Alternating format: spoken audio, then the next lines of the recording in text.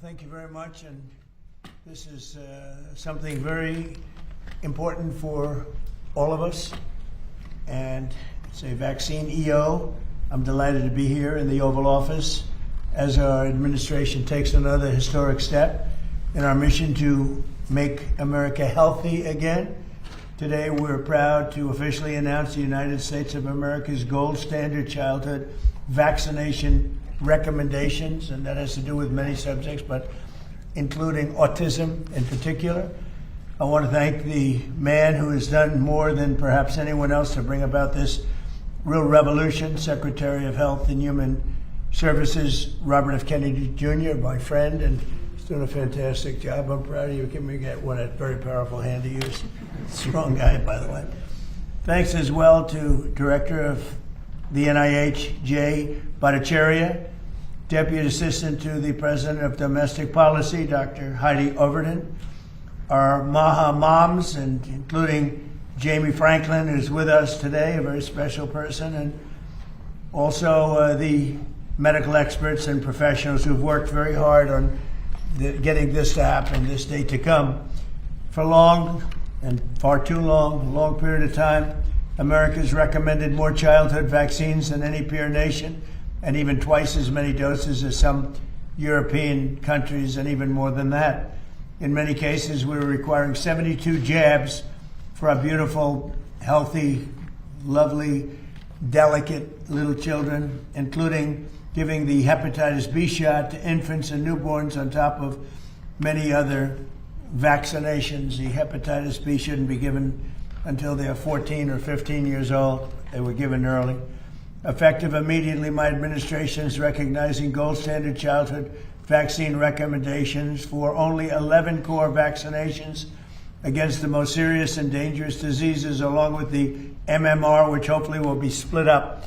You have the MMR. We want it in 3 separate vaccinations given at separate times. Together, there could be a possibility they're quite lethal, and separately, it looks like they are not at all lethal, but just very effective. So the MMR, we want to have separate visits, separate times. The vaccine being broken into 3 separate single doses, and vaccines being administered in separate visits. For example, at 1 year, you should have 5 separate visits for vaccines rather than getting them all in the same day. And I saw this early on, and I've seen proof of it, where they have a vaccination thing, looks like the size of a bottle of soda, poured into a little child's body, and bad things happen in too many cases, because this is an explosion, this is an epidemic. So at year 1, you should have 5 separate visits for vaccines rather than giving them all in the same day. Very importantly, vaccinations for hepatitis B, COVID-19, and influenza, among others, are no longer recommended for all children. In addition, this executive order directs the Attorney General to advance legal challenges against states that violate children's rights to religious or medical vaccination exemptions for the exemptions.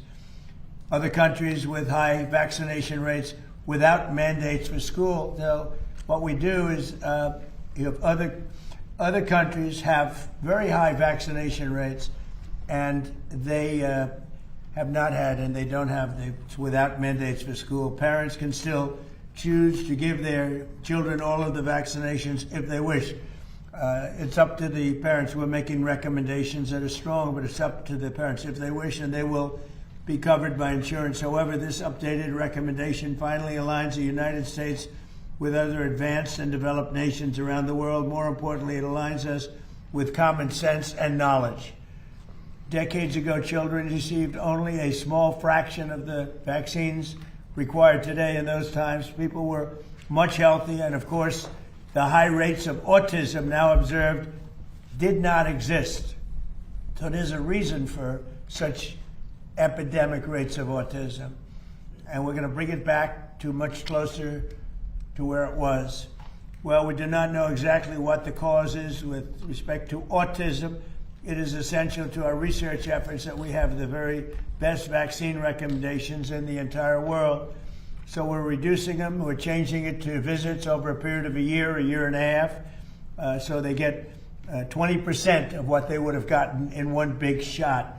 A big shot like the size of a large glass of something. This announcement is a major victory for parents' rights, for religious and constitutional rights, and for the gold standard science, and we will continue to do the research and update the recommendations as we learn more.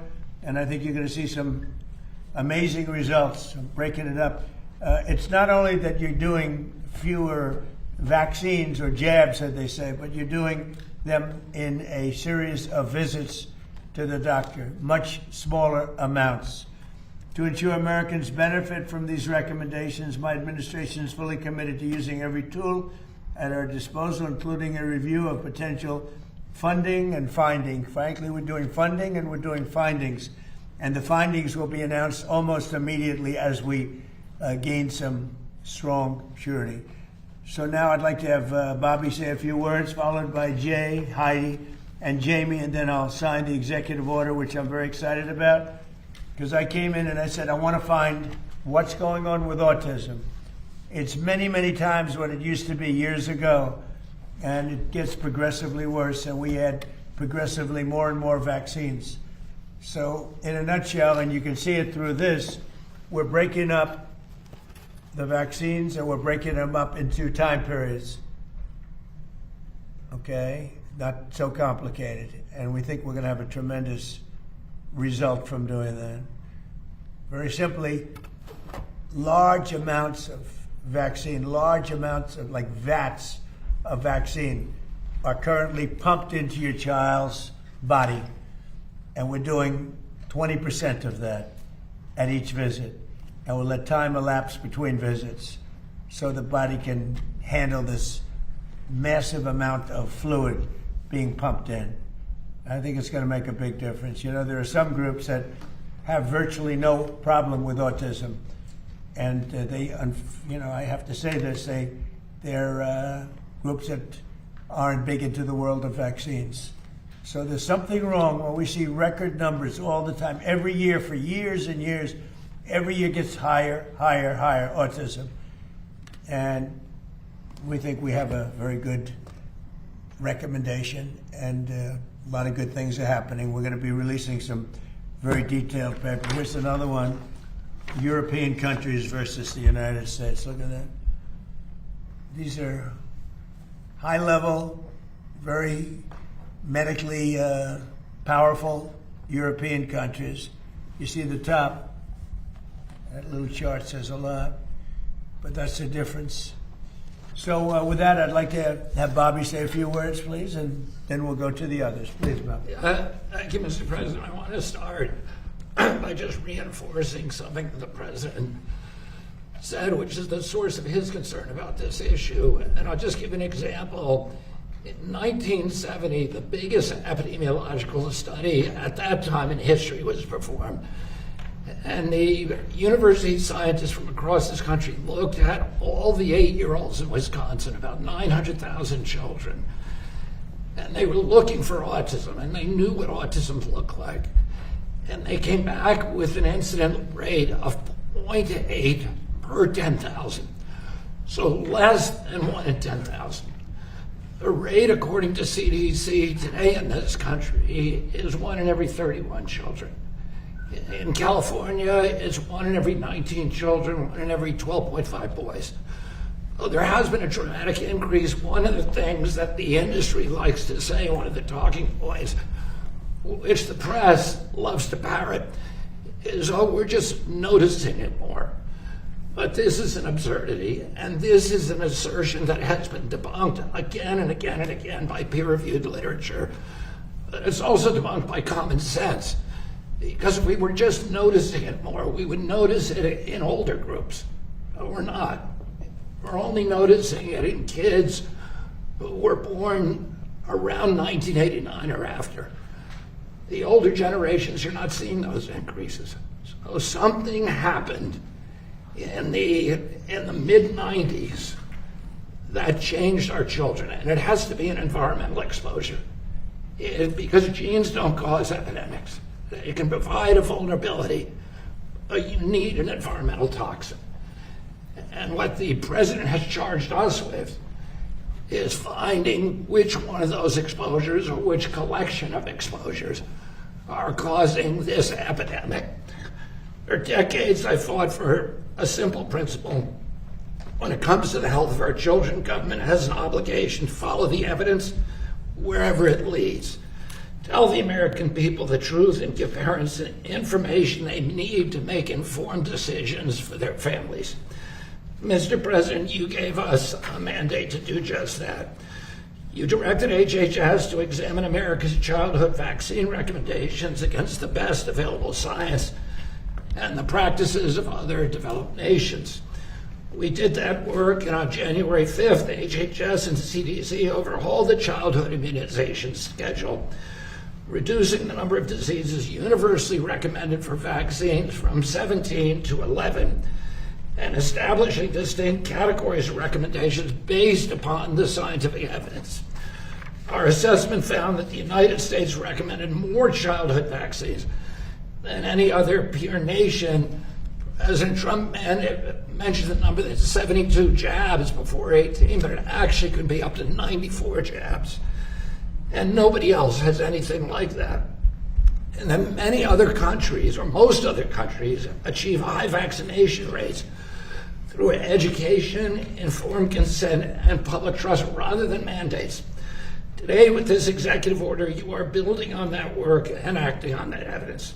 We will preserve access to vaccines, strengthen safety monitoring, expand research, give doctors and parents better information, and restore informed consent and parental choice to their rightful place in American medicine. At HHS, we are already moving across multiple agencies: FDA, CDC, NIH, ARPA-H, NTP, the National Toxicity Program, and other parts of the department. We have already launched unprecedented research effort examining vaccine safety and long-term health outcomes in American children. We are putting some of the largest health data sets in the country to work, including CDC's Vaccine Safety Data Link, FDA's BEST systems, and other major federal and private health data sources. We're pursuing dozens of studies and analyses. We are comparing health outcomes in vaccinated versus unvaccinated children. We're examining aluminum adjuvants, the timing of the hepatitis B vaccine, vaccines administered during pregnancy, and outcomes ranging from allergies to autoimmune disease to autism and other neurodevelopmental disorders. At NIH, the National Institute of Allergy and Infectious Diseases and the National Institute of Environmental Health Sciences are working with the National Toxicity Program on a comprehensive review of vaccine adjuvants, ingredients that are added to vaccines to amplify the body's immune response.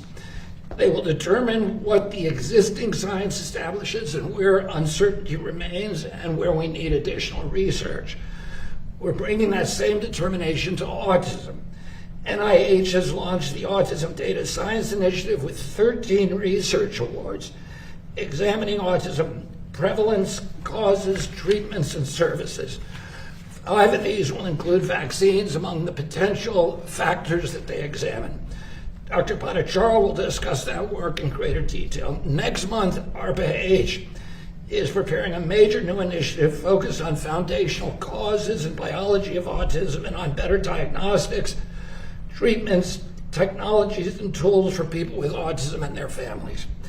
We will examine every biologically plausible hypothesis and leave no legitimate scientific question unexplored. Mr. President, you have told us that you want answers, so do I. We have just over 2 years to finish the work, and I know you're impatient, and we are moving with urgency as that deadline demands. We will bring you actions and findings as soon as they are ready. We will not wait for the 90-day period, and within 90 days, as you have directed, we will deliver the full response required by this executive order. Our task force on safer childhood vaccines was established by Congress in 1986, but went dormant in 1998. Last year, after nearly 3 decades, this administration reinstated it as required by the statute, and yet it was discontinued. and you restored that congressional mandate.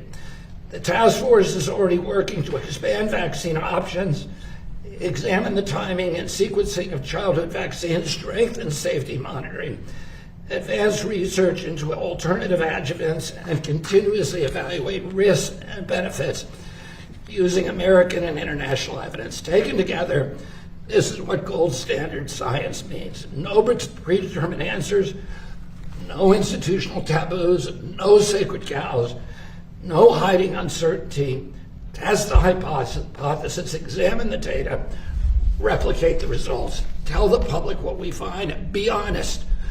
This is the standard you've set for this administration. It's this standard I intend to enforce at HHS, Mr. President. You asked us to get this done, and we are getting it done. And we will keep working with urgency until American parents can have confidence in the medical advice that their government gives them is worthy of their trust. Thank you very much, Mr. President. Thank you very much. Thank you, Bobby. And Jay, please. Today's a historic day for public health in this country. The executive order recognizes the plight of millions of parents across the country with autistic children.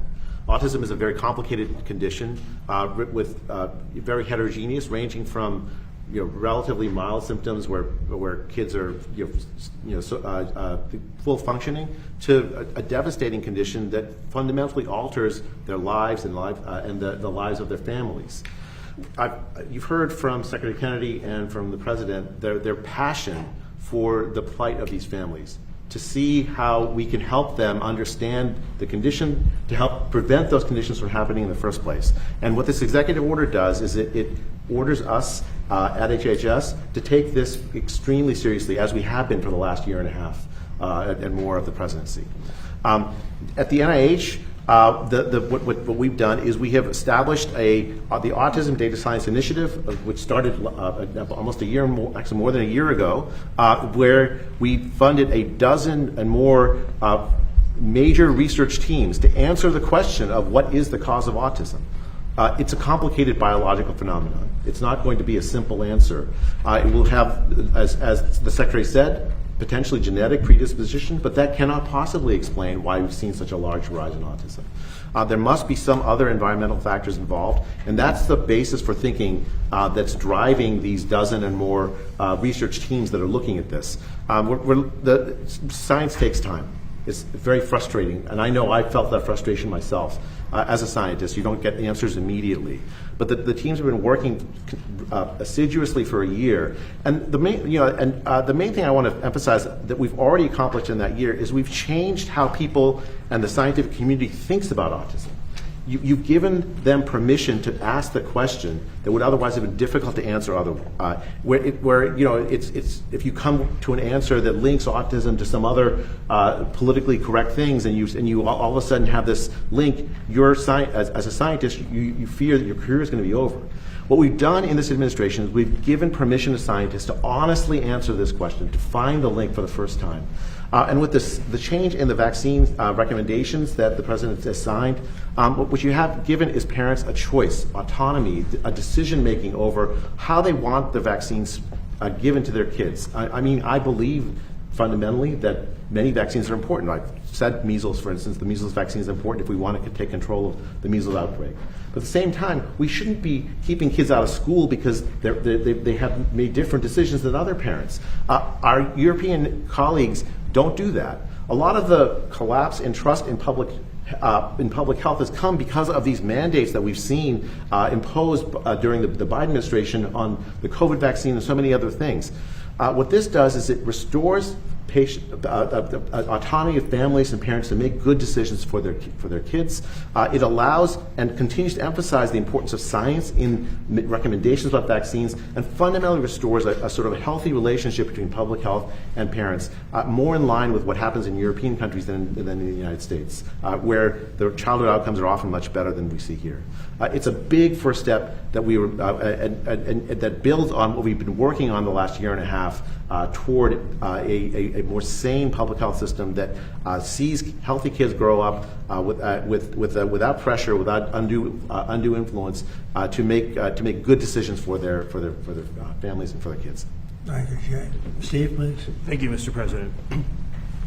Because of your courage and leadership, Mr. President, millions of parents all over America today are breathing an enormous sigh of relief. I say this as the parent of young children myself. Millions and millions of parents feel they've been pressured when their children are just weeks out of the hospital to take 5 shots, 6 shots, 7 shots all at once. They're told it'll be normal. Your kid will have a fever of 103 for 3 or 4 days. Your kid will stop eating for a week. Your kid's going to change all their sleeping. Don't worry, it's totally fine. It's totally normal. Nobody has studied it. Nobody's looked at it. Nobody's thought about it. The pressure from the pharmaceutical industry and from aspects of the medical industry to pump your kids full of shots days after birth with no understanding of the long-term consequences has been a medical travesty. This is an issue, Mr. President, that you have been leading on for years, and of course the man to your left has been leading on this issue for years as well, too. It's a really incredible moment to stand here today and finally see the concerns of parents around this country addressed. There's been so much heartache where parents have had healthy children with no issues. They know they've been pressured into doing things that they didn't want to do, and medical science has told them for years that their concerns are not valid. This order does 2 fundamental, incredibly important things.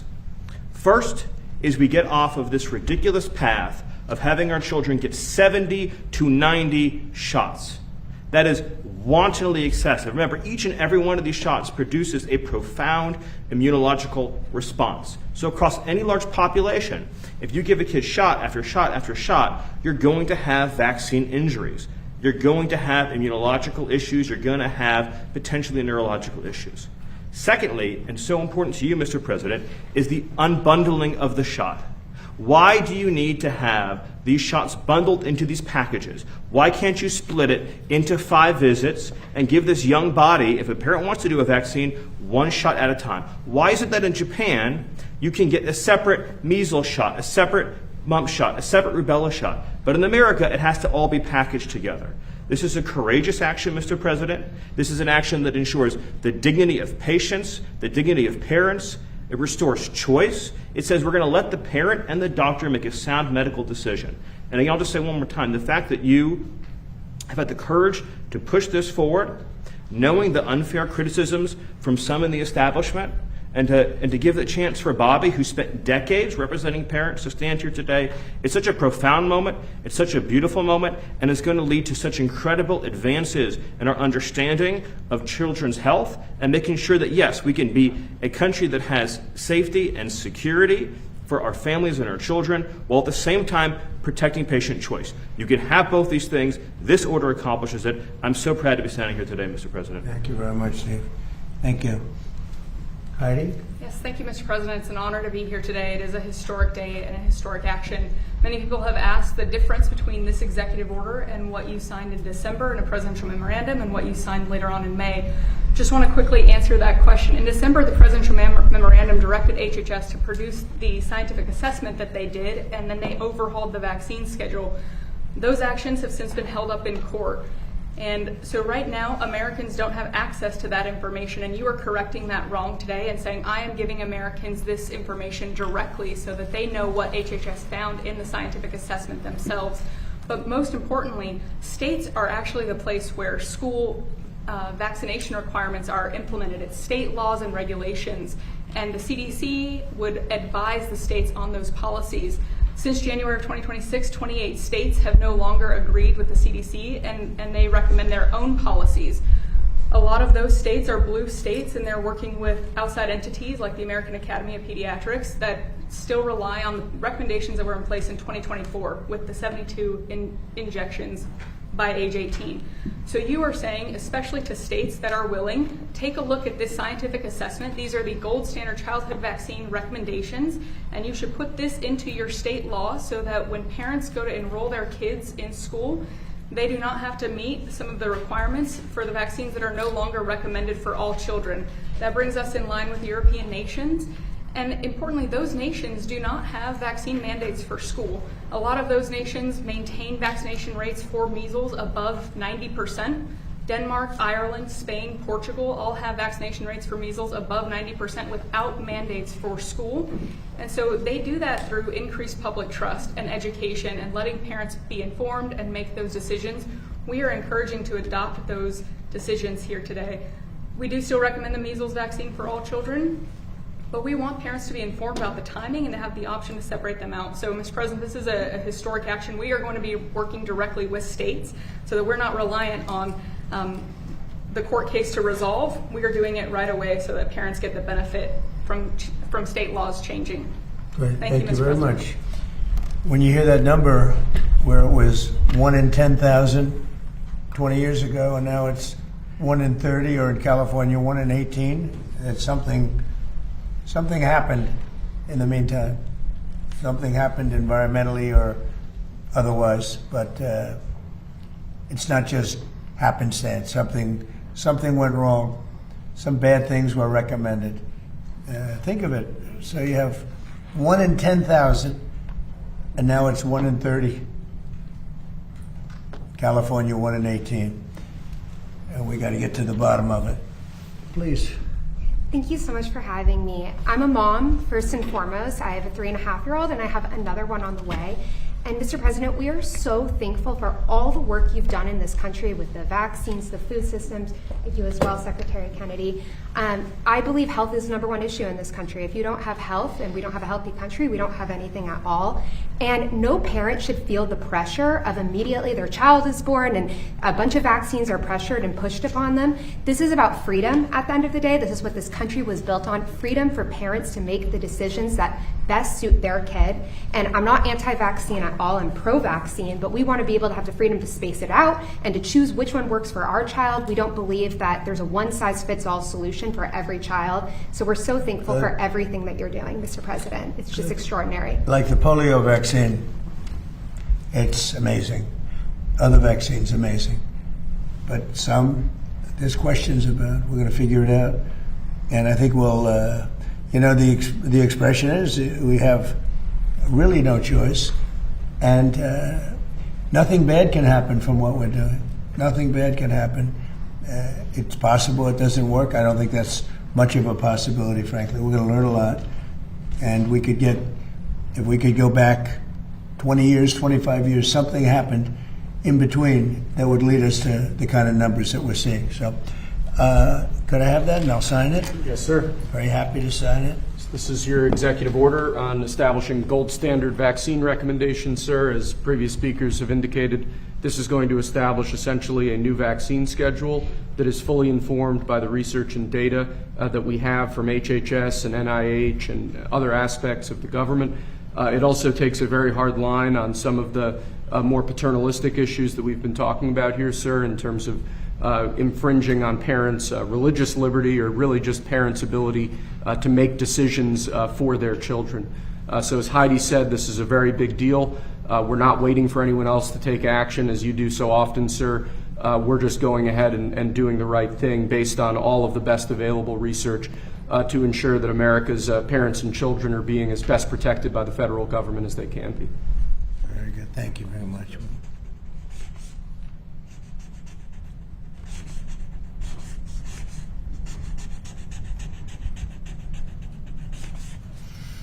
Okay, that's a big one in my book.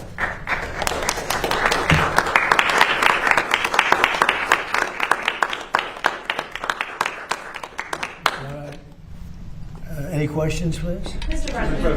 President, in addition to this big announcement, you've also been posting about Iran today opposing their latest demands. You said this last round of talks was Iran's last chance before decapitation. So what now? What comes next? You'll find out. Are you still, are massive escalation, is that still on the table? Well, we have that, certainly that ability if we want to do that. Yeah, you'll find out. You said you're low-keying it with them, that you're think so. semi-negotiating. No. What exactly does that mean? Well, they asked for reparations, you might say, or they asked for money for the damage that we've done. I said, that's a good idea. Well, we're going to ask for money for the damage they've done over a 50-year period. Whether you go SS Cole or whether you go all of the people that were so badly hurt, so badly wounded or killed, many thousands of people, and maybe damages for the 52,000 protesters over the last 4 months that were killed in Iran.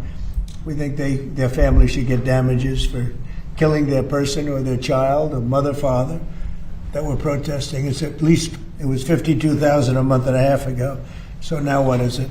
So if there's damages to be paid, I think Iran should pay those damages. Mr. President, are you frustrated with Senate Republicans and Leader Thune for going home for recess without passing the Safe America Act? Well, I think they should pass voter ID. I think they should pass proof of citizenship.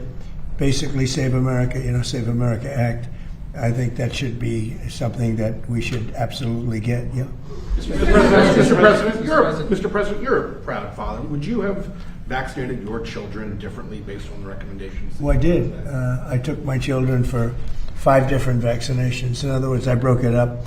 The one visit where they just pump, what seemingly looks like gallons, where they pump so much in. I took all of my children from day one. I believed in this a long time ago. I took them with my wife. I took them through 5 different visits to the doctor.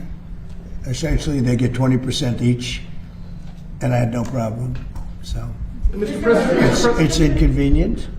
It's 5 stops, but it's something that I think will have a huge impact on autism. Yeah. Mr. President, you mentioned Yeah, ma'am, go.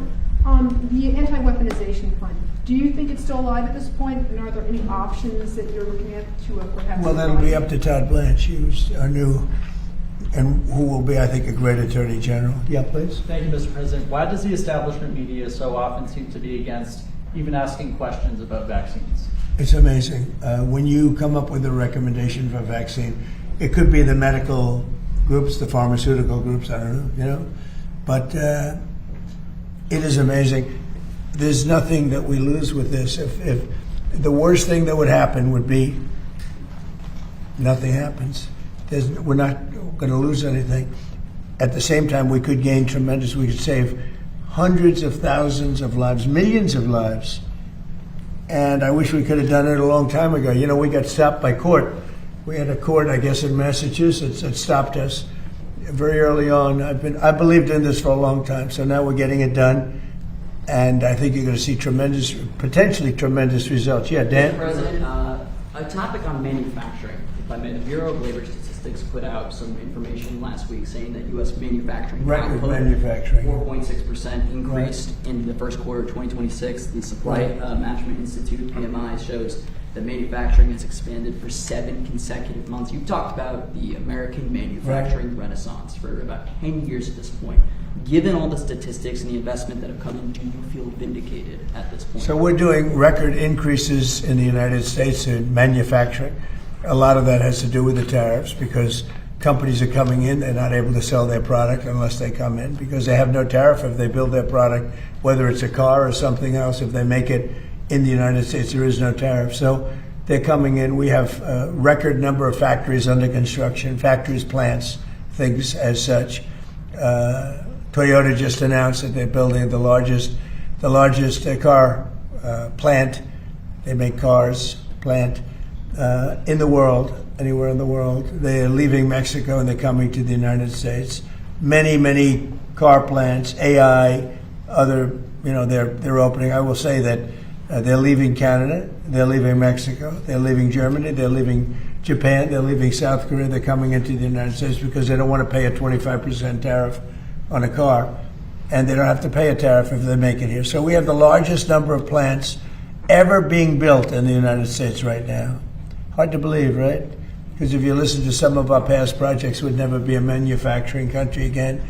And these plants are going to start opening up in about 6 months. And I can only say that the next president will get a lot of credit for what I've done. Please remember it was me, not them. Mr. President, I think I heard you say that the MMR vaccine for measles, mumps, and rubella is quite lethal. Is there any evidence of that? No. What I've heard is that there are some people that say it is that way. And I say, well, let's say there's a 5% chance of it. Let's split it up. Because they do say that given individual, MMR, that given individual, there is no impact. In fact, they've said how safe it seems to be. But I've heard when you put them together, they can be explosive. Yeah. Mr. President, have you spoken with the new Attorney General or Jeanine Pirro about prosecuting Dr. Fauci? I have not spoken to him about that, no. Mr. President, Senators Rand Paul and Ron Johnson released some text messages from Anthony Fauci, and it appears that as early as January 2021, they knew that there could possibly be complications with pregnant women and miscarriages tied to the COVID vaccine. Yet the Biden administration health officials, they didn't change their rhetoric. Your reaction? Well, the Biden administration was a disaster in every way. That would be just one way, but they have been a disaster in every single way. It's unimaginable what they did in that. Forget about weaponization, forget even about, as important as what you're saying, so many of the open borders, the men and women's sports. They've just been a horrendous disaster, the highest inflation in history. And we're doing a great job. Mr. President, In the back? Mr. President, thank you. Unbundling the shots into more visits means more co-pays for families. What's your recommendation for families that can't afford to keep paying for those visits? Well, we're going to be working with them. We're going to work with the families, and we're going to make sure everything works out cost-wise very well. Yeah, please. Thank you, Mr. President. What recommendations do you have for Republicans, heading into midterms right now? And are Democrats, with the candidates they're putting forward, making life easier for Well, the one thing is we have jihadists being elected all over the place. We have this, whether it's communism, jihadism. It's a friend of mine called up. He said, really, you should use the word jihadist because that's what's happening. And I'm not sure that anybody, if you take a look at what happens in other countries, I think that's not going to be necessarily the way we want to live. But when you look at the radicalism and the craziness of the candidates and the stupidity of what they're suggesting, let's get rid of the Supreme Court, let's get rid of the presidency, let's get rid of the Senate. They want to get, sometimes I'd like to get rid of the Senate too, but I don't say it, and I wouldn't do it. But, they want to get rid of the Senate. They want to get rid of, ideally, the House, but they're thinking about maybe keeping the House. Isn't that nice? These are people that have been not successful. They're people that have been, in many cases, failures. They come from other failed countries, and they come here and they tell us how to run our country. They come from places like, I won't mention because I don't want to get myself into a controversy, but they come from countries that are not great. They come from, let's say, as an example, Somalia. They come in and then they tell us how our Constitution, how our Declaration of Independence, how it works. It doesn't work that way, and they're not smart. They have no aptitude. They have nothing going, and they're telling us how to run our country. And I just don't think it's going to happen. I think that they start off, now I may be wrong, but they start off with a big disadvantage. People don't want to have radical lunatics involved in running our country, and that's what we have. We have people that are saying things that are so great. Now they're denying it, or they say, well, I've changed my mind. They want to defund our police. They want to terminate our military. No military. We don't want any military in our country. We don't want our police to be paid anymore. They want our police down to almost nothing. It's doesn't make sense, right? Mr. President, going back to the subject of Iran, sir, can you give us any estimate of when you think the Strait of Hormuz will be? Well, it's open now. We're taking a lot of shit. It's open now. Look, the only one that has control of the Strait of Hormuz right now is the United States Navy. We have a blockade that's been infallible. It's a steel wall. And we let people in that we want to let in, and those people come in, and they've been coming in and they're going out. So it's actually open now. We do not let them go into Iran. They're not admitted into the Strait to go to Iran. But it's open for others.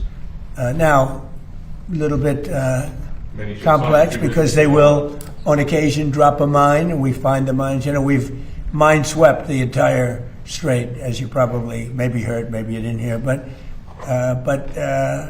we control the Strait 100%. Now, can they make trouble? Yeah, they can make trouble. But they're broke. They have no money. Iran is broke, totally broke. And they're not paying their soldiers. They have inflation of 300% as of last night. I heard 309%.